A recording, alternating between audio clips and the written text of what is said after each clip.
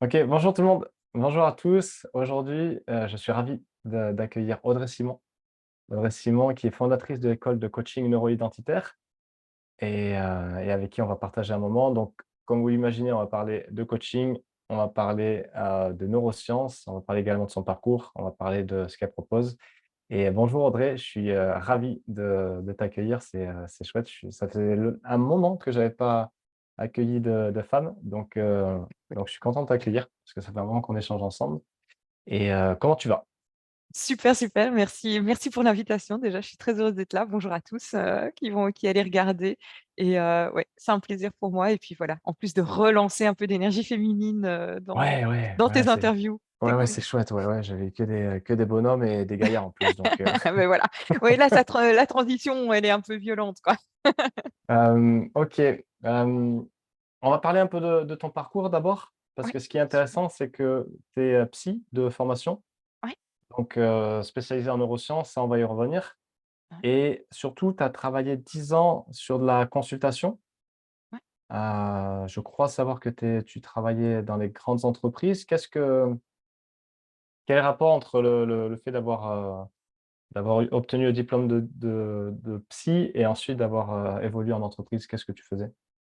Beh, je t'avoue que quand je suis sortie, de la psychologie avec les neurosciences, j'ai d'abord voulu me lancer dans ce domaine-là et puis OK. je me suis sentie initialement, sous-équipée pour vraiment accompagner, l'humain, plus en profondeur et quand je suis arrivée en entreprise, en fait, là, j'ai trouvé un peu mon terrain de jeu dans un premier temps parce que ça m'a permis vraiment avec la connaissance de l'humain que j'avais, j'ai démarré en guidant les personnes dans le changement. Donc en effet, comme tu disais, je travaillais en consultance dans des grosses entreprises ou dans des gros projets de changement qui impactaient, 800, 900, parfois plus de 1000 personnes, en une fois et mon rôle, c'était de définir la stratégie, mais aussi d'entrer en communication avec les personnes, de créer des ateliers pour leur permettre d'évoluer dans ce changement-là et donc j'avoue que là, le lien avec la psychologie, c'est que ma compréhension, fine de l'humain, on va dire, que j'avais déjà même avant mes études, c'était pas un hasard si je me suis dirigée là. Je pense que ça m'a beaucoup aidée, en fait, à comprendre ce qui venait bloquer, à comprendre, là où étaient les résistances et à voir un petit peu, beh, sur quel levier appuyer pour faire bouger les personnes et donc ça m'a aidée là-dedans et puis j'ai évolué en gérant des équipes aussi, donc à OK. travailler plutôt sur la motivation, sur, et amener à booster, à tirer le meilleur des personnes pour leur permettre d'avancer, mais de manière, fluide et fun pour elles et voilà, ça c'est un petit peu, le parcours progressif, que j'ai eu au cours de ces années. OK, donc avec, en thématique, la conduite au changement, c'est ça? Ouais, voilà, c'était vraiment D'accord. le point de démarrage et puis de plus en plus stratégique, dans le côté, changement des entreprises avec un moment cette envie de il y a moyen d'aller plus loin dans le changement justement, au niveau des personnes qui a déclenché un moment mon départ de l'entreprise, en tout cas. Ouais, d'accord. Cette envie d'aller plus loin, c'est-à-dire qui a provoqué le nouveau cap et on va en parler après. C'était quoi ton constat et qu'est-ce qui pouvait te frustrer? Mais moi, ce que je sentais en entreprise, c'est qu'il y avait encore cette tendance à dissocier entre le pro et le perso et en fait, quand on parle de résistance au changement, ce qui vient réellement bloquer, c'est tout ce qui est plus profond, tout ce qui est plus ancré, nos schémas et les schémas qu'on a créés, en fait, ils se répètent et dans le pro et dans le privé, dans tous nos domaines de vie, en fait et bah, on sentait bien qu'en entreprise, il y a un moment où il y avait, en tout cas, ce côté de si on veut aller débloquer réellement, si on veut amener vraiment des personnes dans des changements et là, je parle plus dans des changements de masse, mais vraiment des managers, des leaders à vraiment bouger, à se positionner différemment avec leurs équipes, eh bien, je sentais qu'il y avait moyen d'aller plus en profondeur et là, ça vient toucher tout de suite au perso évidemment et à des choses, qui sont beaucoup plus ancrées et beaucoup plus profondes, chez les personnes pour que ça rejaillisse de manière positive. Ça, tu pouvais pas l'appliquer en entreprise? Alors Pas possible? je l'ai appliqué par la suite en entreprise. Ce qui me manquait à ce moment-là, je pense, c'était les outils. C'était de pour OK. pouvoir aller chercher justement ça beaucoup plus en profondeur et parfois le mandat aussi. Donc, je l'ai fait par la suite en entreprise. Une fois que je me suis lancée Mmh. comme entrepreneur, avec mon ex-associé, on avait décroché un gros contrat. Là, ça touchait 2000 personnes et il y avait certains leaders qu'on travaillait de manière personnalisée, plus rapprochée. Et là, par contre, on allait vraiment chercher en profondeur également sur le perso qui rejaillissait positivement sur le pro et sur les équipes. Donc, si c'est possible en entreprise, pour peu que l'entreprise soit ouverte à ça, pour peu que les personnes soient demandeuses par rapport à ça. Donc, Ouais. Est-ce que et à est-ce que c'est courant, justement, de trouver des entreprises qui sont, Mmh, en ouvertes fait, à ça? ça va dépendre parce que souvent, ils vont c'est quand on va travailler au niveau individuel, je vais dire. Il y a là, on commence par le superficiel et bon, j'avoue, je reviendrai dessus après, en coaching neuro-identitaire, en quelques questions, il y a moyen de descendre très vite de quelques niveaux.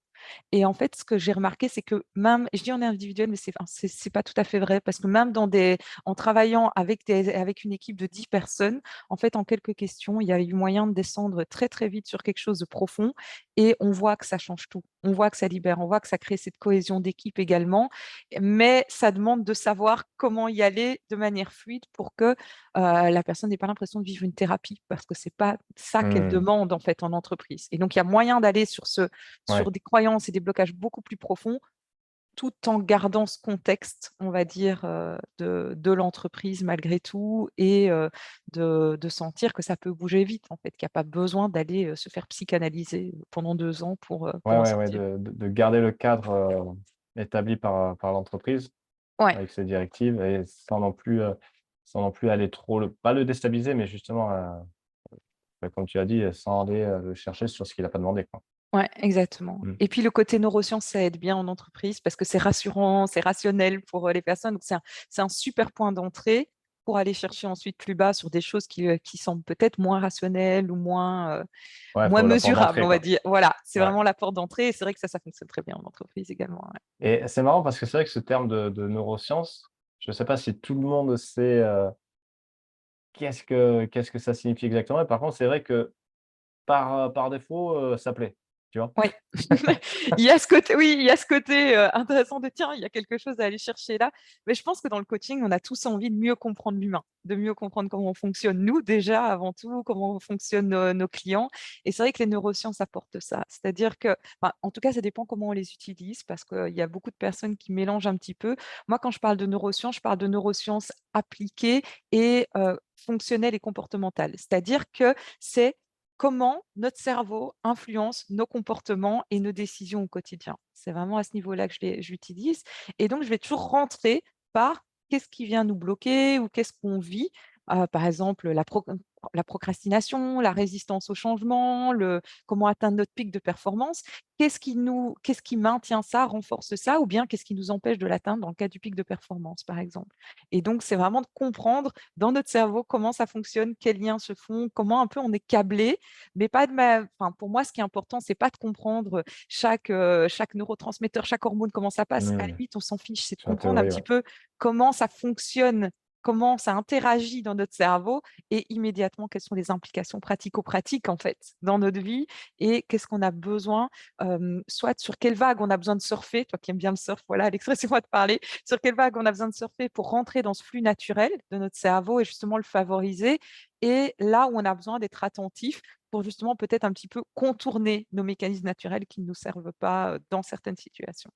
Ouais, ouais, super et donc tu as eu cette frustration, ce déclic.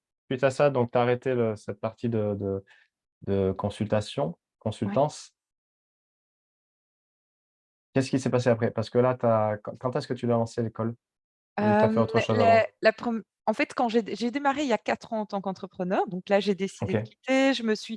Bon, je coachais intuitivement aussi en plus de ma casquette de consultante, mais j'ai décidé de me former au coaching et là, je me suis formée au OK. coaching classique en me disant: «C'est ça que je vais faire, je vais continuer à donner de la formation» parce que j'ai toujours adoré transmettre, je vais faire du coaching à côté et là, je t'avoue que je me suis retrouvée extrêmement frustrée parce que le Ah ouais. coaching classique, ça me permettait de travailler en surface mais c'est pas ce que je voulais. J'avais toujours pas ce côté plus profond et cette impression de pouvoir aller plus loin et il y avait ce côté dans le coaching classique qui, moi, me plaisait moins de: «Oui, on va identifier quelques croyances en surface tu as vu, mais tu t'en es pas vraiment libéré. Et puis, on va mettre en place un plan d'action et tu vas essayer de t'y tenir et tu vas forcer. Tu vas y aller à la discipline.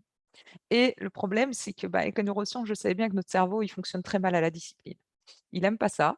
Alors, il y a des personnes qui sont plus habituées, on va dire, c'est leur mécanisme de protection, la discipline, donc ça va mieux tenir que d'autres, mais malgré tout, ça finit sur de l'épuisement et notre cerveau n'arrive pas à se maintenir à garder de la discipline sur différentes choses en même temps. Donc, quand on a un enfant qui est un peu difficile, on a besoin de discipline. Quand on a besoin de résister à de la nourriture, on a besoin de discipline. Un collègue qui nous ennuie ou en tant qu'entrepreneur, une vente qui ne fonctionne pas, on a besoin de discipline. Et notre cerveau, il a beaucoup de difficultés à rester sur différentes thématiques de discipline en même temps. Donc, si on en redemande encore plus, ça Mmh. vient bloquer et ça explique que beaucoup renoncent finalement ou quand ils sont plus en coaching, reviennent en arrière, etc. Et ça me gênait profondément, tu vois. Je me disais, il manque quelque chose là. Ça doit être possible de provoquer quelque chose qui est beaucoup plus fluide et naturel chez nous. Quand la motivation est intrinsèque, on sent que c'est naturel, qu'on ne doit pas se forcer. Et moi, mon but, c'était d'atteindre ça, en fait, quand les personnes voulaient atteindre leur objectif, que ce soit fluide, que ce soit facile et que ça se fasse rapidement. Ouais, Et c'est donc ça intéressant ce que tu dis parce que justement cette notion de discipline, bon, elle peut prendre plusieurs définitions, mais elle est,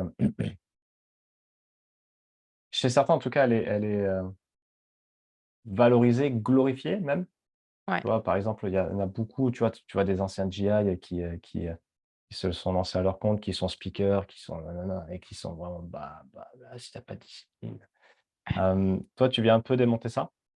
Oui, en fait, ce qu'il y a, c'est qu'il y a il y a certains profils, que moi je m'appuie beaucoup sur l'énéagramme pour ceux qui connaissent le modèle, mais je le travaille beaucoup plus en profondeur. Et il y a certains profils qui ont développé des mécanismes de protection qui sont soit je vais toujours mettre la barre plus haut et donc c'est vraiment ça grâce à ça qu'ils se sentent valorisés.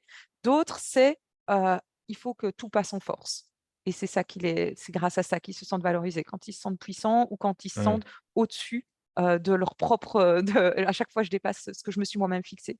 Ces profils-là et c'est ceux que tu mentionnes, les GI et cetera, souvent c'est ce type de profil ou les speakers, les gens qui ont vraiment, qui sont sous les projecteurs, ont souvent ce trait de caractère enfin ce trait-là de caractère profond et ces mécanismes de protection. Donc c'est plus facile pour eux. Ça ne veut pas dire qu'ils vont pas s'épuiser. Généralement, je les récupère en coaching vers 50 ans, tu vois? Là où ils en peuvent plus. Mais Bonjour. mais voilà. Mais donc heu, mais donc il finit par y avoir un épuisement à force de ne fonctionner que comme ça, mais ça peut venir plus tard. Par contre, pour des personnes qui ont pas ce mécanisme de protection, bien très vite, s'ils essaient de rentrer dans ce modèle, 1, ça va pas fonctionner. 2, ils vont se décourager et en plus, ils vont se sentir dévalorisés parce que ça a l'air de fonctionner pour d'autres et pas pour eux. Ce qui veut dire que ça va faire pire, en fait, ça va vraiment être délétère. Donc oui, je remets en question. Après les personnes, tant que ça fonctionne sur cette énergie-là, j'ai envie de leur dire: «Pourquoi pas?»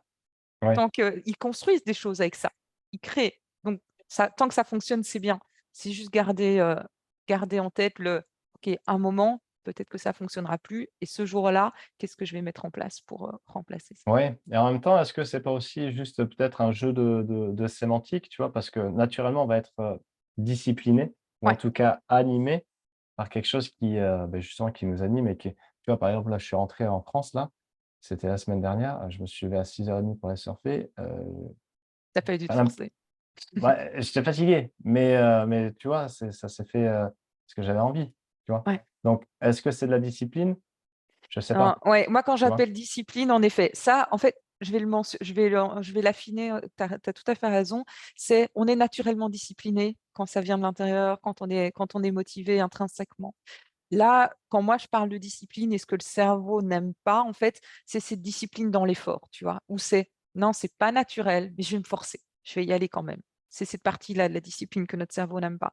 Mais il s'autodiscipline, il se structure, naturellement sur les choses qui nous inspirent, qui nous motivent et cetera. Donc oui, cette discipline-là pour moi, celle-là, elle va être saine et elle va te nourrir, tu vois?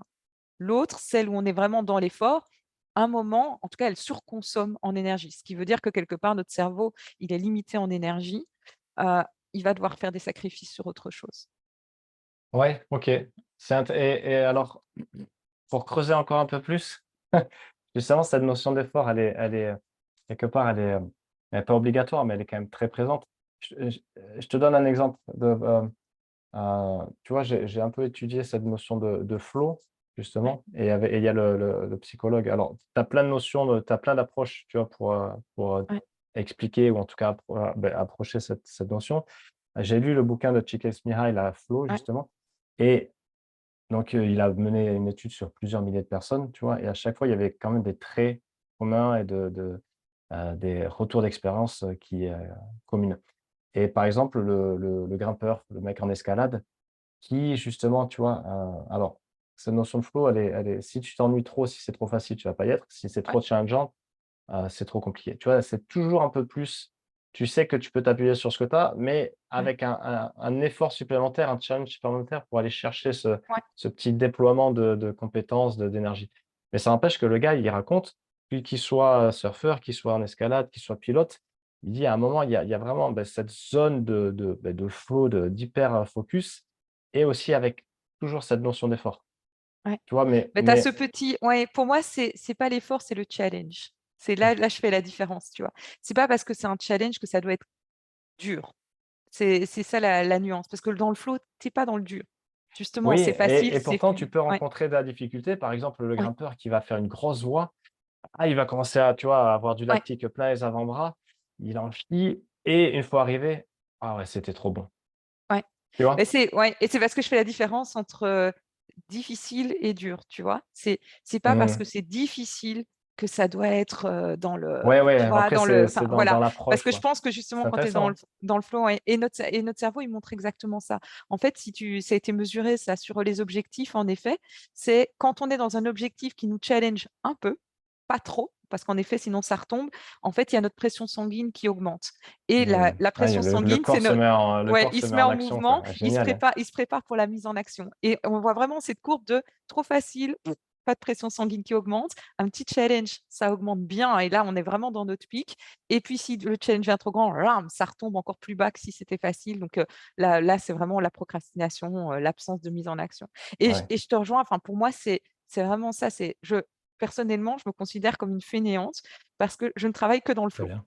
Donc tout ce que je fais, c'est dans le flow, ça va être, je vais toujours aller chercher, le petit challenge, et ça va être fluide, ça va filer. Donc au final, en termes de résultats de ce qui est produit, je suis une machine de guerre, tu vois? Je sais que je produis à une vitesse, de dingue, voilà, mais j'ai jamais l'impression d'avoir dû forcer pour. C'est toujours, dans et c'est vrai Ouais, que ouais. j'ai à force, j'ai développé cette capacité à ne travailler que dans le flow et dès qu'il y a quelque chose qui vient nuire à ça, je vais me poser la question: «Comment est-ce que je peux le travailler autrement?» ou est-ce que j'ai besoin vraiment de le faire? Deuxièmement, est-ce que je peux le travailler autrement? Et si pas, si ça doit être fait comme ça, est-ce que je peux le déléguer? Et je vais Mmh. systématiquement Très essayer bien. de réduire, pour que, 90 de mes actions soient dans ce flow, et soient là-dedans, voire plus. Ouais, super. C'est assez, c'est hyper intéressant comme sujet, ça. Hem, donc là, tu t'es lancé tu as quitté pour revenir, tu as quitté le consulting, tu t'es Ouais, lancé, tu t'es formé au coaching, on va dire classique. ouais. Ça t'a pas trop convaincu et Non, suite ça à ça, tu t'es formé donc, encore plus aux neurosciences, c'est ça? ouais, donc j'ai continué. En fait, j'ai travaillé sur différents axes, en fait, le covid est arrivé. Et j'ai été amenée à me dire: «Bon, OK, qu'est-ce que je fais avec ça?» et c'est vrai que là, je me suis reformée pendant plusieurs mois vraiment en neurosciences. J'ai été rechercher, énormément de recherches beaucoup plus récentes, pour me remettre à jour. Je pense que j'ai fait plusieurs centaines d'heures, de recherche en tout, pendant cette période, covid et mon idée était de former, initialement aux neurosciences. C'était vraiment ça. D'ailleurs, je OK. l'ai fait. À ce moment, j'ai commencé avec ça et puis avec le covid, je me suis dit: «OK, on va digitaliser les choses» et je me suis associée à l'époque et on a lancé un premier programme en ligne de développement personnel. Et là, on a commencé à mettre en commun tout ce qu'on avait. Il y avait de la systémique, de l'analyse transactionnelle, le coaching classique, les neurosciences. Enfin bref, on a fait un gros, melting pot de tout et surtout on s'est autorisé à coacher à l'intuition.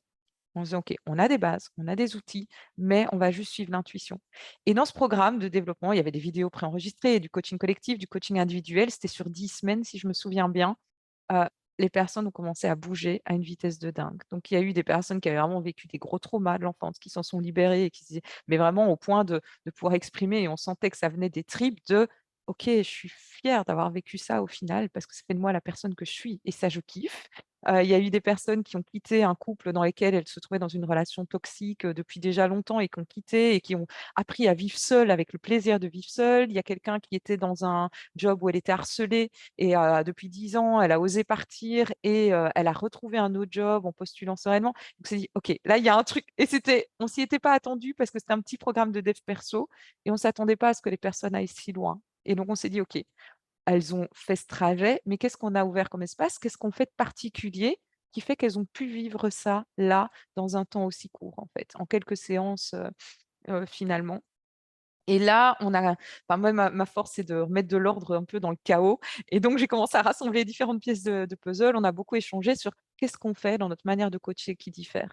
Et là, on s'est rendu compte qu'en fait, au lieu de coacher un petit peu ce que j'appelle à l'horizontale comme le coaching Mmh. classique où, OK, on voit un petit peu ce qui se joue et puis on va définir ton plan d'action. En fait, ce qu'on faisait, on descendait en profondeur directement sur les croyances les plus profondes et puis une fois qu'on était là, il y a vraiment un travail de responsabilisation et puis de libération de ses croyances et la libération se fait directement et ça, au fur et à mesure, on a commencé à affiner avec les neurosciences, avec tous les outils qu'on avait en se disant: «OK, quels sont les déclics?»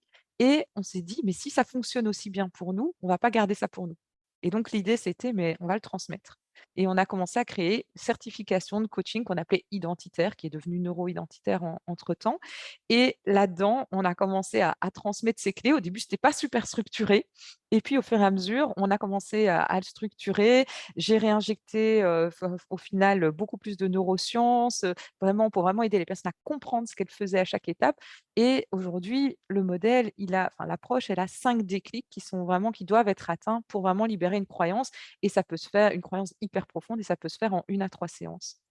OK.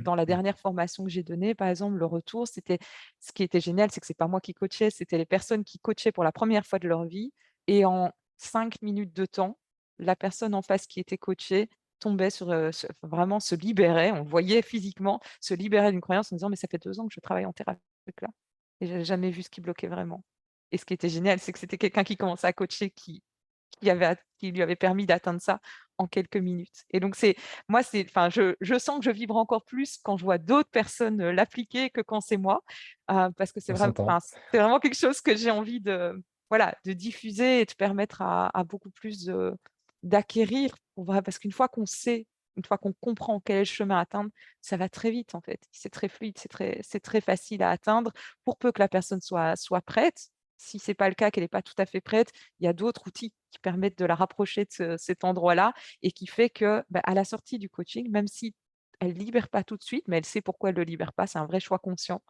En tout cas, elle a toutes les clés et le jour où c'est prêt, elle le libère toute seule, en fait. Mmh. Elle a plus besoin de revenir, elle a plus besoin et quand c'est libéré vraiment en profondeur, c'est définitif et ça veut dire que la personne, elle se met en action super facilement toute seule. Il y a pas besoin de plan d'action, de discipline dans l'effort, on va dire ça comme ça.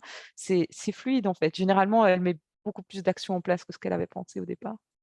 Ouais, il Donc y a voilà. le il y a l'attention et l'intention. Ouais, exactement, exactement. C'est vraiment les deux points super importants.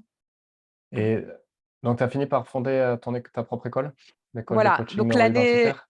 l'année dernière, moi, j'ai eu vraiment cette volonté parce que là, on avait en effet, ce programme de certification, on avait d'autres programmes à côté, mais c'était encore un peu dispersé et l'année passée, j'ai vraiment eu l'envie de tout remettre à plat et bon, là, mon associé, c'était moins son truc d'avoir quelque chose de structuré, donc on a décidé de couper la collaboration en mai de l'année dernière et c'est là que j'ai réinjecté aussi beaucoup plus de neurosciences. Comme ça, c'était mon truc, je me suis dit: «Je vais réinjecter plus de moi» et c'est devenu l'école de coaching neuro-identitaire avec non seulement cette certification, mais avec des programmes d'approfondissement, avec, une autre certification purement axée sur les neurosciences, celle-là. Et donc voilà, ça continue, le programme continue à évoluer, mais de manière plus cohérente et plus complémentaire, on va dire, là-dessus, ouais. OK. En quoi ça consiste? Le coaching neuro-identitaire? Ouais. Là, ouais, alors en fait, il y a une première certification où là, le but, c'est justement d'acquérir cette approche que j'appelle RACE, c'est RAISE, ce qui veut dire «s'élever» en anglais et chaque lettre correspond en fait à un déclic à atteindre pour aller libérer ses croyances profondes le plus rapidement possible, en respectant malgré tout le rythme de la personne et donc cette première certification, le but, c'est d'acquérir ça et là, on travaille uniquement en cognitif, c'est-à-dire vraiment en coaching, via des questions, mais où on va aller plus loin et toucher directement l'émotion pour libérer et où j'enseigne vraiment des outils qui permettent de lever très facilement les mécanismes de protection du cerveau pour pouvoir justement, suivre cette approche de manière fluide.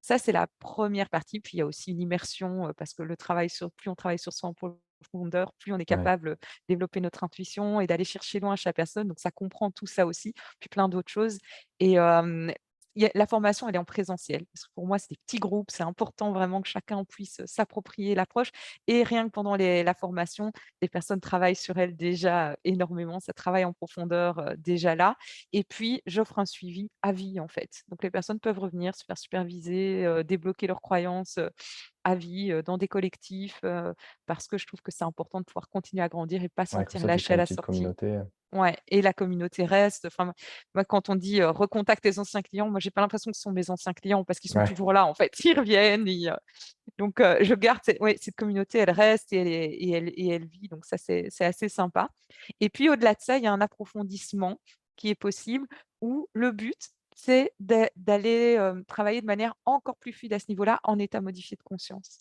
Donc là, je forme à cette partie-là aussi et là, on est sur quelque chose qui n'est pas vraiment de l'hypnose. On est dans les mêmes états modifiés, hein, il y a pas 1000 états différents dans le cerveau, c'est ceux dans lesquels on passe toute la journée d'ailleurs et simplement, pourquoi je ne parle pas d'hypnose? Parce que l'hypnose va éteindre le conscient pour que le thérapeute puisse travailler sur l'inconscient lui-même et l'influencer pendant que le conscient est éteint.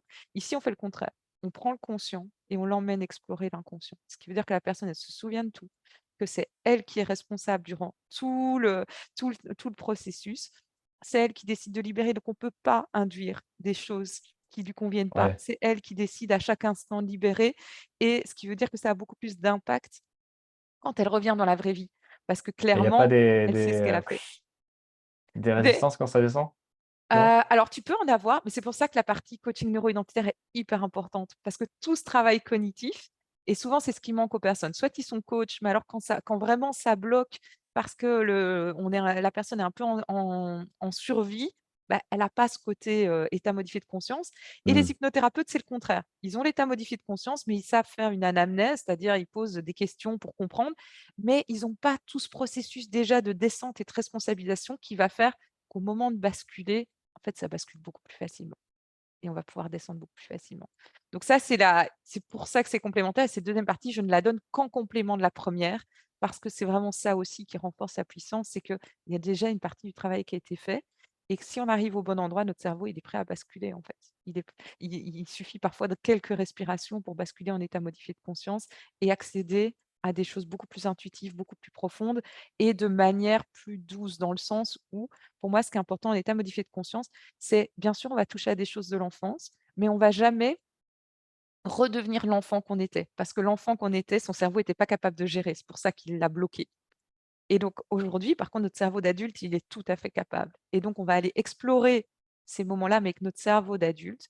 Et il y a pas besoin de souffrir, il y a pas besoin de revivre les situations, de souffrance. Mmh. Il y a moyen d'y aller de manière, beaucoup plus fluide et ça se libère très rapidement là aussi et on sent tout de suite, hein, quand ils je dis remontent, mais c'est pas enfin voilà, quand ils reviennent dans l'état de conscience principal en onde bêta, on voit qu'il y a quelque chose qui s'est libéré, ils se sentent plus légers, le visage est plus lumineux, il y a quelque chose qui a changé dans Ah, la ça doit être beau posture à voir ça.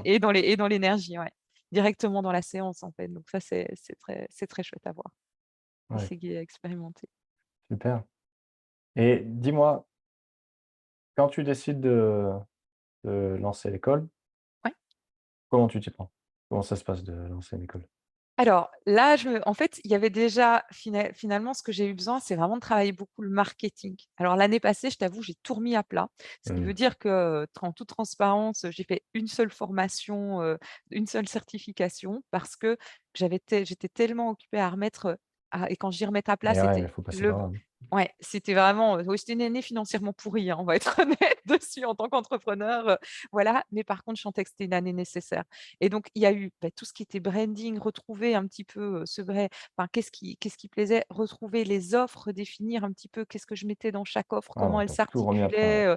s'articulaient, tout remis à plat et vraiment recommencer à chercher une stratégie marketing qui permettait parce que la valeur de ce qu'il y a dans la certification, je pense que toutes les personnes qui y sont passées peuvent en témoigner et enfin, ça leur a apporté énormément et j'en suis convaincue moi-même. Après, c'est comment est-ce que tu montres ça à l'extérieur? Comment tu expliques cet impact-là à l'extérieur? Et C'est le là, challenge de c'était tout le monde ça. voilà, et là, c'était compliqué parce que finalement, ce que les témoignages des personnes, ce qu'ils avaient retiré le plus n'est pas ce qui les avait attirés au début dans la certification. Et donc quand moi, je communiquais à tort sur ce qu'ils avaient retiré, mais ça attirait pas du coup. Et ouais, c'est pas parlant. Et donc Mmh, exactement, et donc mmh. c'était comment retrouver. Et l'année passée, ça a été tout un travail d'essais, d'erreurs, beaucoup d'essais, beaucoup d'erreurs sur qu'est-ce qui parle vraiment aux personnes et qu'est-ce qui les attire finalement pour qu'ils puissent vivre qu'ils ont à vivre, au final dans ce parcours de certification. Et donc voilà, ça a été affiné, et l'autre challenge que j'avais, c'était comment, développer la visibilité et la crédibilité d'une école quand ta trésorerie est à zéro. Et donc c'est là qu'il a fallu Pour quelle école ça? c'est là qu'on devient créatif et que j'ai investi pas mal de temps pour créer, cette petite formation en neurosciences, que je vends, sur les réseaux à 68 € avec l'idée de, OK, déjà offrir un maximum de valeur là-dedans. Je voulais quelque chose qui soit aligné à mes valeurs aussi, et donc là, ça collait parce que c'était ce que j'investis en pub, mais c'est rentable par la vente de la formation. En même temps, ça permet au plus grand nombre d'accéder à une petite formation où déjà, ils comprennent toute une série de choses en neurosciences et comment ça se fait que ça résiste chez leurs clients, et c'est hyper accessible comme prix, donc ça permet à chacun, à son rythme, de pouvoir aller chercher ça.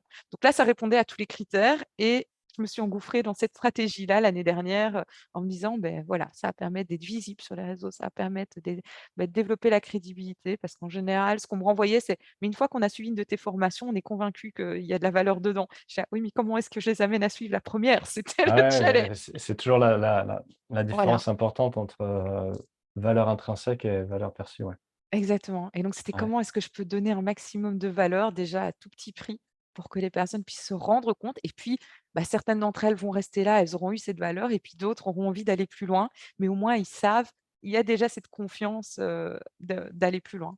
Et ce qui est génial, c'est quand je rencontre et j'échange avec les personnes, du coup, ils ont l'impression de me connaître vu qu'ils m'ont, suivi Ouais, pendant bien des sûr. heures dans une formation, et il y a Ah déjà beh, ce lien qui est créé en fait, et ça c'est ouais. génial. Donc là, si je résume, OK, donc, remise à plat, déjà ça a dû te demander, beaucoup de courage de tout remettre à plat avec, en me disant: «Bon, ben OK, cette année, financièrement, elle est foutue. Ouais, clairement. Puis tant pis, on y va et on relance». Donc il y a une vraie vision derrière ça, parce que si ça s'inscrit Ouais, pas dans une vision, ben, en fait, tu peux vite, jeter l'éponge. ouais, Hem Et le challenge, ça a été de trouver le message. Non pas avec quoi ils repartent, parce que ça, ils le savent pas. C'est ouais, toujours pareil, hein. exactement. Et tu Ouais, vois, exactement. c'est souvent décrié, mais en gros, ça se résume à cet adage marketing de, leur vendre ce qu'ils veulent et leur donner ce dont ils ont besoin. Ouais, et ça, c'est souvent Exactement. décrié: «Ouais, mais en fait, c'est exactement ça. Preuve en est avec Ouais, toi, parce que tu sais exactement, tu le vois, et elles te le disent. ouais, Ils te disent: «Oh là là, ça a changé ma vie» et cetera. Mais si tu le mets en avant, c'est pas ouais, ça qu'ils veulent, tu exactement, vois? Et donc exactement. donc tu as fait ce travail-là de Ouais, vraiment de comme si tu accordais une guitare. ouais, J'imagine que tu as utilisé un peu d'organique, de réseau, d'anciens clients pour, signer quelques ventes, histoire de faire entrer un peu de réseau, ouais, et après tu as clairement. créé un petit produit, Ouais, que tu as mis en avant sur de la pub Facebook, ouais, et donc avec les ventes, ça génère ça finance le budget, ouais, et en même temps, ça te permet donc de faire entrer des gens dans ton univers, eux d'avancer aussi, d'avoir avec ouais, des clés concrètes, et forcément, mécaniquement, ils passent, comme tu dis, plusieurs heures, avec toi, devant l'écran. Ils prennent de la valeur, et donc forcément, ils veulent, naturellement aller plus loin, quoi. ouais, C'est ça? exactement, exactement, et je t'avoue que Très ça m'a bien. demandé de travailler sur moi parce que comme tu dis, les gens c'est décrié et les gens résistent. J'étais dans la résistance absolue, hein. J'ai dû me prendre quelques claques de me dire parce qu'au départ pour moi c'était: «Ouais, mais je vais leur vendre quelque chose et je vais leur délivrer», enfin c'est pas autre chose parce que finalement j'ai réussi à réconcilier je te délivre aussi évidemment ce que je te vends et je te délivre plus. Ça a réconcilié, mais au début j'étais dans cette résistance de: «Est-ce que je suis pas en train de manipuler? Est-ce que je leur donne Mmh. vraiment?» Tu vois? Il y a tout ça que j'ai dû lâcher chez moi et de me dire: «Mais non, enfin, à un moment c'est normal de passer par ces messages plus marketisés», je sais pas comment on dit, mais en tout cas ce côté plus marketing, il s'éloigne un tout petit peu parfois de moi parce que c'est pas ça enfin, c'est pas là-dedans que je me reconnais toujours, mais de me dire: «OK, comment est-ce que je peux trouver ce juste équilibre entre, oui, il y a du marketing et des messages parce que on sait que le cerveau, il réagit à certaines choses et en même temps, il y a suffisamment de moi dedans pour que déjà Mmh. ils Bien puissent sûr. sentir, et commencer à sentir. Et ça, c'est un équilibre de tous les jours et je suis encore en train de travailler dessus et il y a des jours où je me dis: «Non, ça me plaît pas». Et puis il y a des choses qui fonctionnent alors que ça me plaît qu'à moitié. Il y a d'autres choses qui fonctionnent pas alors que ça me plaît à fond. Et ça, c'est vraiment un travail d'essai-erreur. Je pense que Ah ouais, essai-erreur, ouais, je mais pense que c'est c'est ce que j'ai constant. le plus retenu de l'entrepreneuriat. Beh, ouais et puis quand tu vois, ça marche, partout pareil.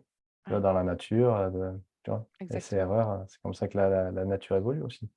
Ouais, et je pense que c'est ce qui nous fait évoluer aussi, c'est notre Ah ouais, bien capacité à sûr. gérer cette incertitude et à Ouais. avancer dans ses essais, ses erreurs et à pas vivre ces erreurs-là comme des échecs, mais juste comme des ça paraît bateau dit comme ça, parce que c'est vrai que c'est plus compliqué à l'incarner, mais Ouais et de pourtant, se tu dire: «C'est vois, pas un échec, c'est un ouais, apprentissage». dans C'est notre culture européenne qui, renforce ce côté échec en fait, mais ouais, ouais, ouais, mais c'est vrai que toutes les phrases, bien trop galvaudées maintenant et cetera, parce qu'elles sont utilisées la plupart du temps et moi aussi, hein, la plupart du temps sans vraiment les incarner de façon ouais, congruente et cetera et c'est vrai que quand tu assimiles, tu vois, vraiment, ouais, dans la chair, dans tes actions et qu'après tu résumes, OK, comment tu as transformé ça? Beh, parce que en fait, j'ai compris que, tu vois, par exemple, l'itération, c'est pas un échec. Ah ouais, ouais, mais en fait, ouais. tu vois, il y a vraiment tu vois, entre le dire et le vivre, c'est là où en fait la différence elle est énorme, Ouais, tu et vois? je pense que ce que j'ai enlevé comme fantasme de ma tête, c'est que je me disais: «C'est normal ces itérations, mais à un moment ça va se stabiliser et tout sera bien et j'aurai plus qu'à profiter». Ah ouais, il y a Ça, j'ai plein ouais. enlevé, tu vois? Tu es là: «Non, c'est toujours des Mmh. cycles et ce qui fonctionne un moment fonctionne moins, ensuite». Et Oui et c'est si ça reste comme ça, forcément ça finit par décliner. ouais, voilà, et donc c'est vraiment de: «OK, ces itérations, ça va continuer en fait». Et le jour où j'ai compris ça et où j'ai enlevé ce fantasme de: «À un moment, il y aura plus De d'itérations, de ça va être facile et stabilité, mmh. ça va se stabiliser», je pense que ça a été plus facile pour moi et plus fluide en fait. Oui Mmh. et en même temps, tu peux trouver cette stabilité-là, tu vois, c'est tout le paradoxe, Ouais. dans le fait d'accepter que essai-erreur et tu vois, de jouer avec ça aussi Exactement, parce que de exactement. toute façon ça passe par là. Ouais, Donc c'est faire de l'inconfort sa zone de confort, en fait. ah, C'est c'est beau ce que d'apprendre tu à dis. naviguer dans la mais c'est vrai, c'est vraiment ça, et je me souviens que je le disais déjà en consultance, là, les sortir de ma zone de confort est devenu ma zone de confort. Et quand je me suis lancée dans l'entrepreneuriat, ça a encore été un tout autre niveau, mais je me suis dit: «OK, ça, j'ai besoin de le réacquérir, en fait, et de le Ouais, il réincarner à s'agit nouveau à cet d'être autre niveau». d'être confortable dans l'inconfort, ouais, ça c'est clair. Ouais, je pense que c'est le secret, honnêtement. Hem, pour terminer, tiens, la suite, c'est quoi pour toi? Alors la suite, donc ça va être de continuer à faire grandir, cette école, parce que c'est vrai que j'ai envie d'avoir cet impact plus large et de la crédibiliser. Et puis l'année prochaine, mon plan, c'est vraiment de commencer à y intégrer également d'autres personnes. Donc j'ai eu OK, l'opportunité d'échanger avec des personnes qui, ont des choses très complémentaires, par exemple justement sur, le côté, neuro, mais j'ai quelqu'un qui voit ça de manière, beaucoup plus holistique encore, la neuro, que ce que moi je vois, et qui je voudrais intégrer sa formation, sans doute, dans le programme de l'école en plus, pour avoir d'autres choses, d'autres points de vue, là-dessus. Puis j'ai quelqu'un qui, lui travaille par exemple avec, lui c'est: «Dis-moi où tu as mal, je te dirai quelles sont tes croyances et tes blocages profonds». Mais il fait ça basé sur la science. Donc ça, je trouve ça super intéressant aussi de pouvoir se dire, de réconcilier ce que le corps exprime de manière scientifique avec nos blocages profonds et tout ce côté, derrière de ce qui vient, nourrir ou au contraire nous freiner. C'est aussi quelque chose que j'ai envie de réintégrer, donc voilà, donc pour l'instant, je suis en train de laisser venir à moi, je t'avoue. Il y a ces opportunités-là qui viennent et je vois de plus en plus de synergies et de choses qui pourraient s'intégrer dans l'école, et c'est vrai que j'ai envie de le faire grandir aussi comme ça, de manière, organique, avec d'autres programmes, d'autres complémentarités pour permettre à chacun de trouver ce qui l'inspire et ce dont il a besoin. super. Donc de la croissance forcément et Ouais, des collaborations. ouais. Je pense que l'année prochaine, ce sera la thématique, ouais. Stabilisation cette année, lancement d'un nouveau programme, certification neurosciences en ligne, celle-là uniquement, à partir d'octobre, et puis 2024, extension des collaborations, ouais. Je pense OK, que c'est dans super. ce sens-là que ça ira. On te retrouve où Audrey?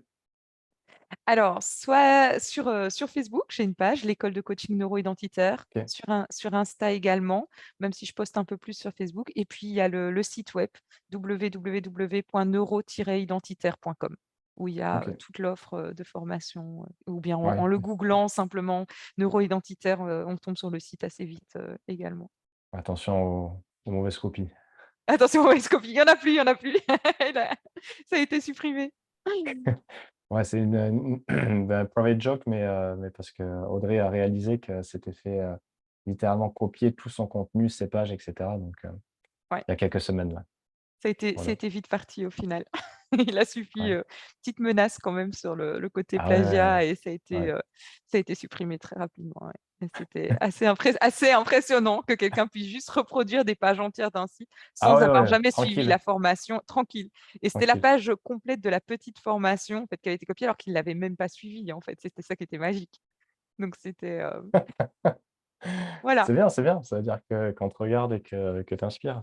C'est ce que je me suis dit, tu vois? Je me suis dit: «Mais ça y est, en fait, on dit que la gloire, c'est quand on c'est quand tu commences à être copié, c'est que ça y est». Je me suis dit: «J'ai mis cette intention de visibilité, crédibilité, ça vient». Pas par le chemin que j'avais prévu, mais voilà, ça vient. OK, cool. Bon, de toute façon, les liens seront en dessous de la vidéo Ouais, pour te super. retrouver et OK. Beh, super. Merci beaucoup Audrey, c'était top. Merci à toi pour Chouette, l'invitation, c'était très joli chouette. parcours. Merci pour tes réponses et tes insights et on se retrouve en ligne alors. Oui, super. À Merci plus. Alex. Salut. Au revoir à tout le monde.